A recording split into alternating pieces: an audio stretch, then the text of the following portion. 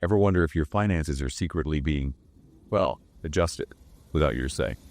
Or maybe that ring sum of vacation is actually a ticking time bomb of hidden fees you haven't spotted yet. Well, today we're diving deep into exactly those kinds of crucial consumer insight. Welcome to the Deep Dive. We're your shortcut to being genuinely well-informed. We dig through a whole stack of sources to pull out the most important nuggets of knowledge, the surprising facts, so, you don't have to. And all the insights we're exploring today, they come straight from the Consumers.app news commentary. Specifically, the Consumer Trends and News Edition from July 5th, 2025. We got a real mix for you personal finance, some really essential travel advice, broader economic trends, and even some cool innovations in sustainability. Ready to jump in? Let's do it. Okay, first up, something hitting a lot of people's wallets right now. It feels like a pretty immediate concern. The headline, this one's from Mark Ann, reads, "Here's why Social Security recipients will start receiving smaller payments in July 2025. That sounds pretty serious. What's really going on there? Right. Well, what's happening is basically a measure to recover past overpayments.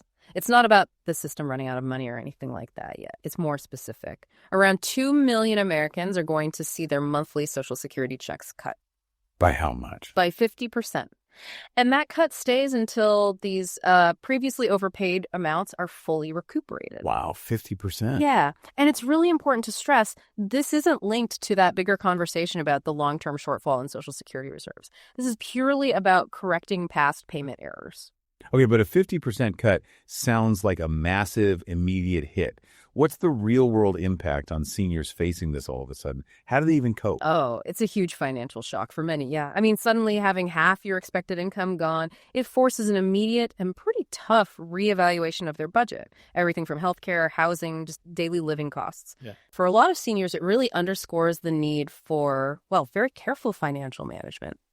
And in some situations, they might need to look for other income sources, maybe assistance programs, just to stay afloat. That really puts it in perspective. It makes you think about the bigger system, too. How are these large systems, like Social Security, designed to adapt to big demographic shifts? Things like people living longer. Is there a way to keep it fair and sustainable? Is there some kind of built-in adjustment? That's a great question. And yes, there is. These systems often use something called an automatic adjustment mechanism, or AAM. AAM, okay. Think of it as a kind of legal toolkit designed to keep the system stable over time. It links retirement benefits to factors like life expectancy. The goal is what they call contributory justice, basically, trying to keep things fair between what people pay over their working lives and what they get out in retirement. And does it work well? Well, what's interesting is the research coming out now, it suggests that using more accurate ways to predict mortality, better math, basically, like advanced statistical models. One example is the Gamma-Gompertz Makeup model. Using those can actually lead to much fairer payments and better long-term planning for the whole system. It's like upgrading the forecasting tools. Right, getting more precise. Yeah. You mentioned research touching on algorithmic bias, too. How did that connect here? Is that related to the overpayments? Not directly to these specific overpayments, no. But it's relevant to the broader idea of fairness in any big, complex system that relies on data and algorithms. The research highlights that biases in AI systems, even in totally different areas like, say, emergency response planning, can lead to resources not being distributed optimally, or higher costs, or affecting some groups more than others. So while it's not the cause here, it's a really important reminder. As we rely more on these complex models, we have to constantly check them for fairness and accuracy to avoid, unintended negative consequences. That's a crucial point, especially now. So bringing it back to the folks affected right now, what practical steps can seniors take immediately to manage their finances with these reduced payments? Okay, the immediate steps are vital. First, creating a really detailed budget, knowing exactly where the money goes. Then, prioritizing essential expenses, housing, food, medicine. Those have to come first. Makes sense. Exploring supplemental income is another one, maybe part-time work if possible, or income from investments if they have them. And definitely seeking financial advice, maybe from nonprofits or community resources. That support can be critical to navigate this adjustment. And what's the Social Security Administration's, the SSA's, role in all this? How do they actually handle identifying and recovering these overpayments? So the SSA is the agency responsible, yeah. They identify these overpayments, and then their process involves notifying the individual, and then they adjust future payments downwards to get that money back. Sounds like a tough balancing act for them. It really is. They have a duty to protect the system's finances, fiscal responsibility. But that recovery process can put immense financial strain on beneficiaries who absolutely depend on those checks. It's a difficult position. Definitely. Okay, let's shift gears a bit. From the big picture of Social Security to maybe individual financial empowerment, especially for younger people. This next headline from the Seattle Times caught my eye. As Gen Z and Millennial women look to get money smart, Finfluencers fill a gap. Finfluencers. That sounds very 2025. It absolutely is. Financial influencers, right. They're social media personalities focused on financial education. Okay. And their big role seems to be bridging this financial literacy gap, particularly for Millennial and Gen Z women. They use platforms like Instagram, YouTube, to provide financial advice in a way that's really accessible. They make complex stuff seem easier to grasp. Is it effective, though? I mean, are they qualified? That's the interesting part. Many don't have formal qualifications. But studies are showing that their relatability, their personal stories, that's incredibly effective. It seems to change young women's money habits, maybe even more than traditional, sometimes dry financial advice. That is fascinating. So how does this boosted financial literacy, whether from Finfluencers or elsewhere, actually impact things like investment decisions or getting into the stock market? Oh, it has a huge impact. Financial literacy really boosts confidence. And confidence is key for decision-making, especially with investing. Research clearly shows that higher financial literacy correlates with more informed investing. People who understand finance better are just more likely to participate in the stock market. The opposite is true, too. Exactly. Low literacy is a major barrier. It holds people back from participating. And unfortunately, it also makes them more vulnerable to financial scams. You mentioned women specifically. What are some of the historical barriers U.S. women have faced with financial literacy, and how do these Finfluencers maybe help break those down? Historically, yeah, women in the U.S. have often faced barriers. Lower levels of specific financial knowledge sometimes, but also, critically, lower confidence in managing money. Right. Finfluencers seem to help by providing content that feels tailored and approachable. They cover basics like budgeting, saving, demystifying investment strategies, and by empowering women with that knowledge, they encourage them to take control, make better financial decisions, and hopefully chip away at some of those broader economic inequalities. It sounds really positive, empowering even. But the credibility question looms large, doesn't it? Especially if they lack formal qualifications and maybe push sponsored products. How do they maintain trust? That is the absolute crux of the issue. Credibility is a huge challenge. Yeah. The lack of formal qualifications, potential conflicts of interest with sponsored content, it's tricky. To maintain trust, they have to prioritize transparency, being upfront about sponsorships, making sure the information is accurate, using clear disclaimers. So it's about reputation. Exactly. Building a reputation for reliability, for consistently offering valuable, unbiased advice that's essential for them to keep their audience's trust. Okay, zooming out again. If more people, maybe spurred on by Finfluencers, become more financially literate, how does that connect to the wider U.S. economy? Is there a tangible impact? Yes, there's a significant link. Improved financial literacy across the population leads to more informed financial decisions. People save more effectively, manage debt better, make more prudent investments. All of that contributes to individual financial health, which then scales up. Better financial habits can boost productivity, increase capital available for investment. Some reports even estimate that enhancing financial literacy could provide a pretty significant boost to the overall U.S. GDP. It's foundational. Really interesting connection there. Okay, from the digital world of finance, let's pivot to something very physical: travel, especially with summer holidays on people's minds. This next headline from Metro is a warning. Avoid making this costly mistake while on holiday abroad this summer. What's the big mistake we should all be watching out for? Okay, the big costly mistake they're highlighting is relying only on contactless payments or your mobile pay when you're traveling internationally. Oh, interesting, because it's so convenient here. Exactly. It's super convenient at home, but it's not universal yet. Not all destinations have widespread acceptance, particularly once you get outside major tourist hubs or big cities.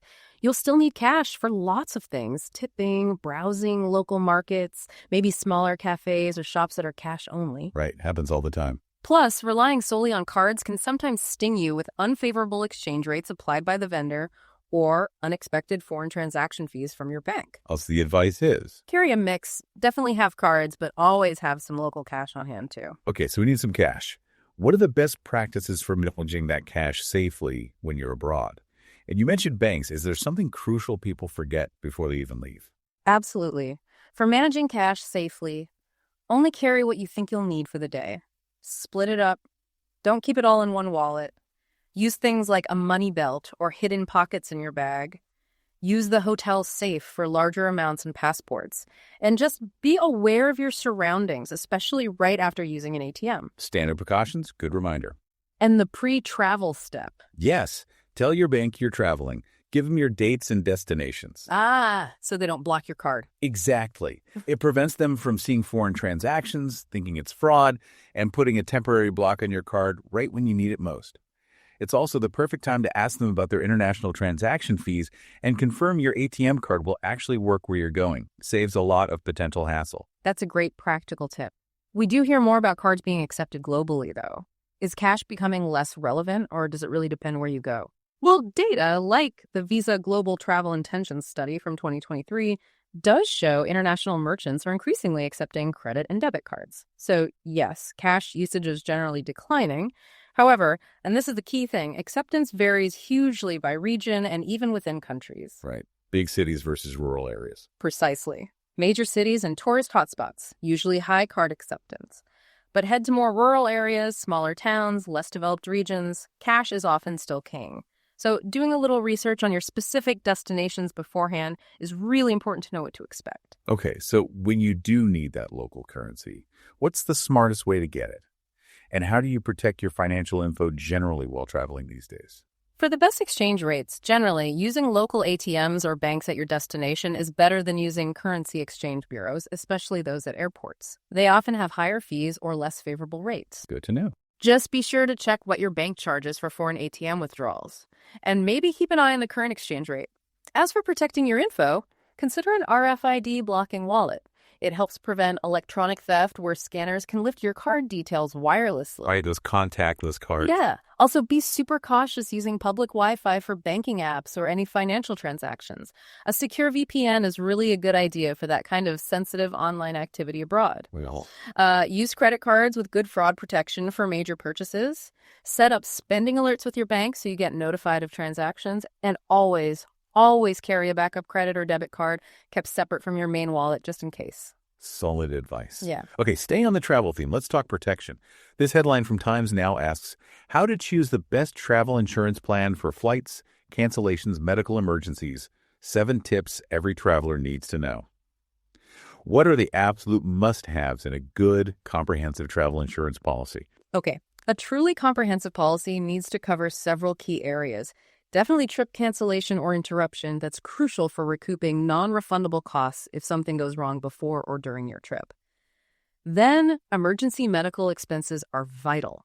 Healthcare abroad can be incredibly expensive. Yeah, I've heard stories. Absolutely. You also want coverage for things like significant flight delays, lost or stolen luggage, and maybe even public liability in case you accidentally cause injury or damage. Those are the core elements. Has travel insurance become more popular? What's the market like in the U.S. now? It definitely seems to be growing. The data for 2024 showed U.S. travelers spent over $5.5 billion on travel insurance. That covered nearly 87 million people across more than 54 million plans. So yeah, there's a clear trend towards more people seeing the value in it and wanting that peace of mind. Awareness is definitely up. You mentioned emergency medical. What about medical evacuation? When is that particularly important? Medical evacuation coverage is really critical if you're traveling somewhere remote or somewhere with, let's say, less advanced medical facilities. It covers the potentially enormous cost of transporting you to a place where you can get appropriate medical care, sometimes even back to your home country. So it's about getting you to the care you need. Exactly. It often includes the emergency medical expenses themselves, plus trip cancellation interruption. It provides huge peace of mind, especially for adventure travel or trips to developing nations. Companies like Allianz and Seven Corners are well-known providers in this space. What if you're booking a trip really last minute? Can you still get medical coverage? Yes, there are options for that. Some plans, like one called Travel Med Go, apparently, offer primary medical coverage specifically. They typically don't include trip cancellation benefits because you're booking so close to departure. But the big plus is you can often buy them right up to or even on the day you leave just to cover unexpected medical emergencies during the trip itself. Good to know for spontaneous trips. So, pulling it all together, what's the best general advice for someone looking at all these options and trying to pick the right travel insurance plan for them? The best approach is first, really assess your specific needs. Think about your health, where you're going, what activities you'll be doing, the value of your trip.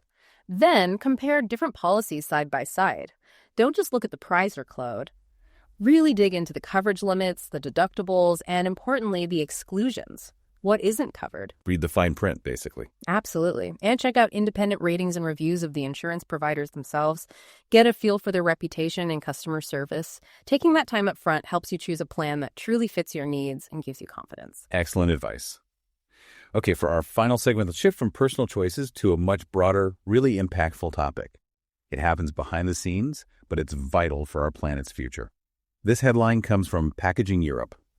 How sustainable chemistry drives the circular economy for packaging.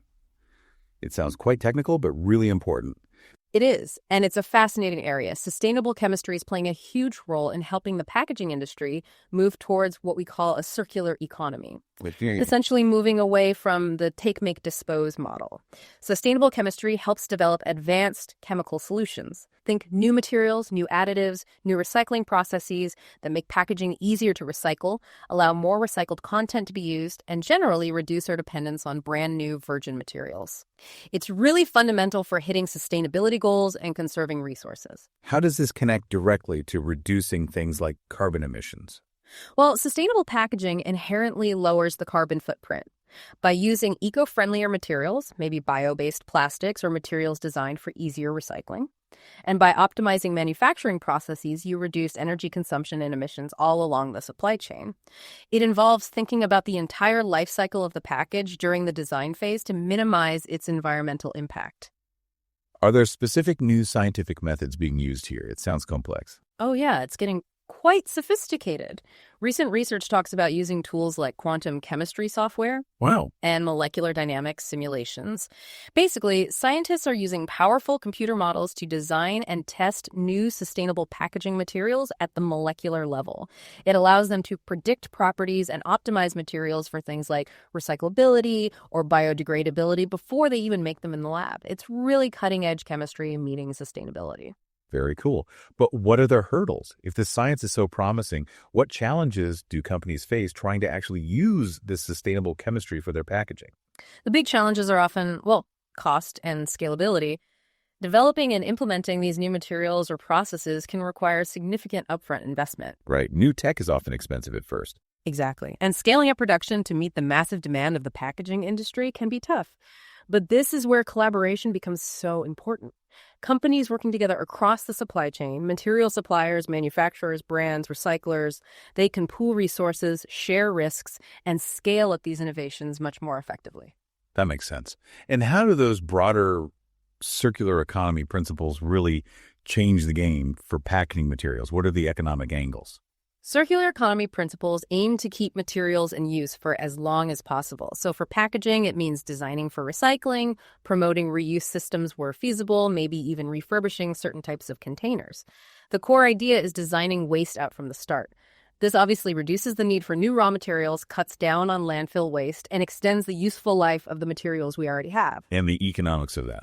Economically, while yes, there can be those initial investments in new systems or materials, the long-term benefits are substantial. You get reduced costs from using recycled materials instead of virgin ones, potentially enhanced product durability or functionality, and reduced waste disposal fees.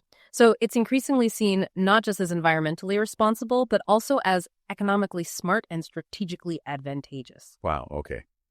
We have covered a ton of ground today. From the very personal impacts of Social Security changes and the rise of Finfluencers to smarter ways to handle money while traveling, getting the right insurance, and right through to the deep science behind making packaging sustainable. It's amazing how these seemingly separate topics actually connect. It really does show how interconnected everything is, doesn't it? And understanding these trends, these shifts, it's not just about knowing facts. It's about giving you, the listener, the insights to make more informed choices in your own life, whether it's about your finances, your travel plans, or even the products you buy. Being informed really is power. Absolutely. Well said. So here's something to think about. As we all navigate this world of shifting payments, digital advice, smarter travel, innovative packaging, how will your understanding of these trends empower the choices you make tomorrow? A big thank you for joining us on this deep dive today. If you found these insights helpful, please do like, share, and subscribe to Consumers 360. We'll be back soon with more deep dives into the trends shaping your world.